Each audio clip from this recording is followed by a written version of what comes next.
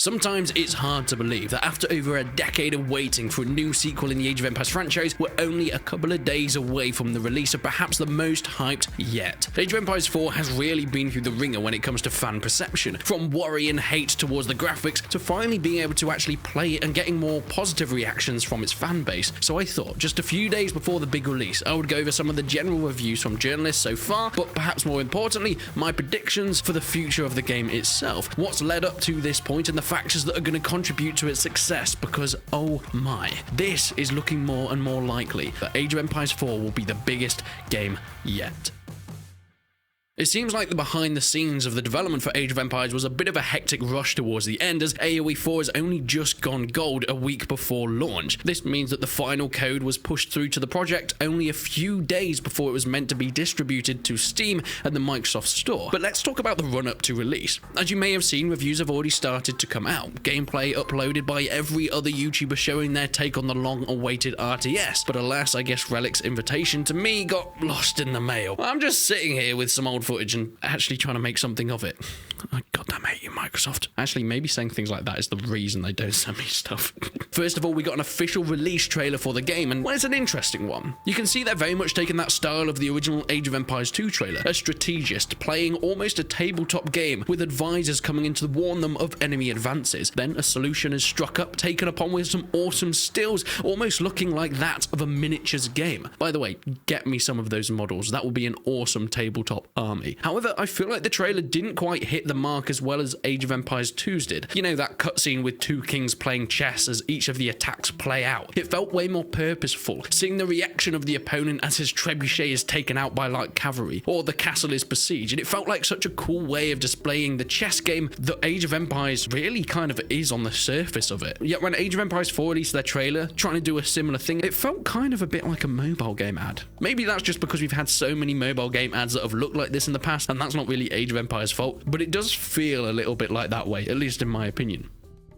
But I made a video a while ago talking about Age of Empires 4 being more of a soft reboot than an actual sequel, taking the medieval period to advance upon it and taking it to another level of the strategy with a new modern day twist. Once more, this is way more of a smart business decision than you might actually think. I mean, what is the most popular Age of Empires game? The one that still has the majority of players to this day, with an incredibly active competitive scene and YouTube community. That's right, Age of Empires Mythologies, the Nintendo DS strategy game. Oh.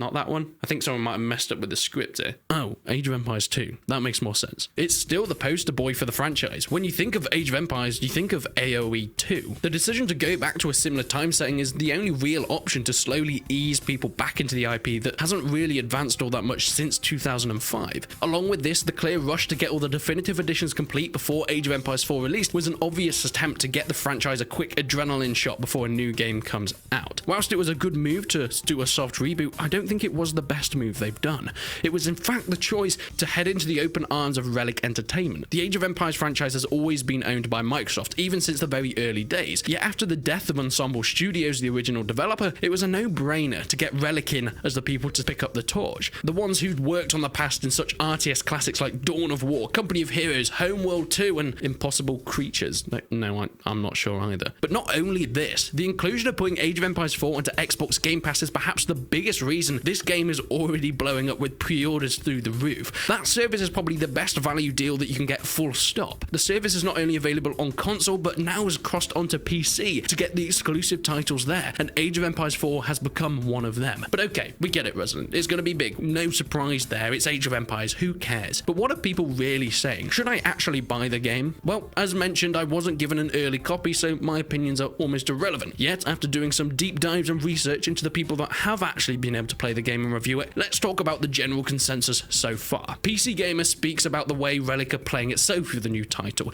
almost in a negative light to some extent during their review, very much harking back to what Age of Empires 2 was like, and saying that Relic haven't perhaps expanded upon the series as much as many people would have appreciated. Now granted, PC Gamer is somewhat of a divisive page at the best of times, but I do think they make some good points here, especially things like the impact of troops. How cool would it have been to see some sort of ragdoll physics on men, getting thrown around by cannon fire or elephant tusks, even just dropping to the ground in a more satisfying and realistic way. Of course, going overboard with this can completely change the direction of the game and distract from the real strategy, yet a game like Cossacks 3 did it quite nicely, with death animations and body physics that make battles feel way more satisfying than they ever really did in the Age series.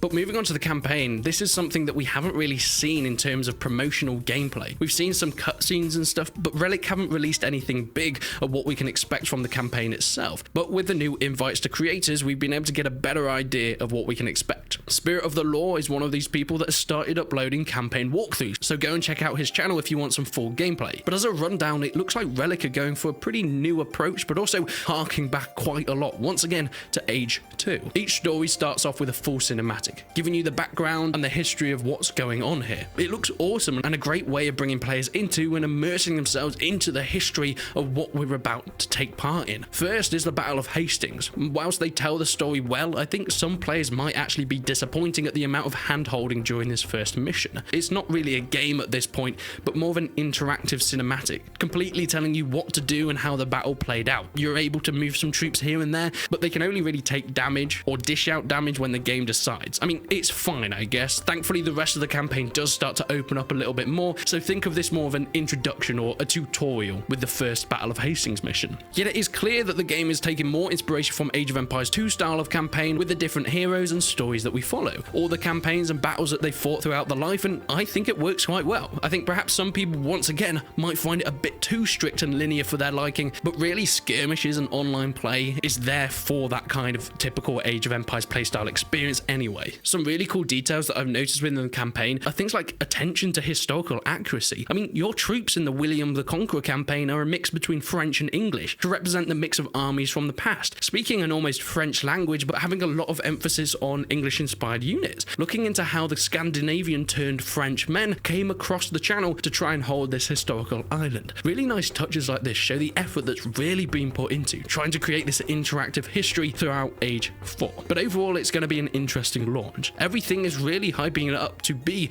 the biggest Age of Empires game yet. That might sound crazy considering what Age of Empires 2 has accomplished in its lifetime, but with the backing of Microsoft and the pedigree of Relic Entertainment, despite mine and many other doubts in the run-up, it looks like Age of Empires 4 is on the right track.